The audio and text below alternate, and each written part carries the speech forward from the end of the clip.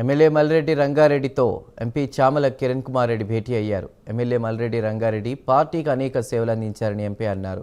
నియోజకవర్గ కార్యకర్తల మనోభావాలను అర్థం చేసుకుని మల్రెడ్డి రంగారెడ్డి మంత్రి పదవిపై అధిష్టానానికి తెలియజేస్తానని తెలిపారు.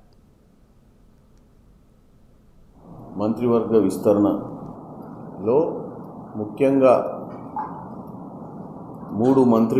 ముగ్గురిని ఇంక్లూడ్ చేయడం జరిగింది. దాంట్లో 2 ఎస్సీ సామాజిక, ఒక మాదిగ మాల మరియు ఒక ముదిరాజు కమ్యూనిటీ నుంచి సామాజిక దృక్పథంతో ఏదైతే రాహుల్ గాంధీ గారు ఈ మధ్య కాలంలో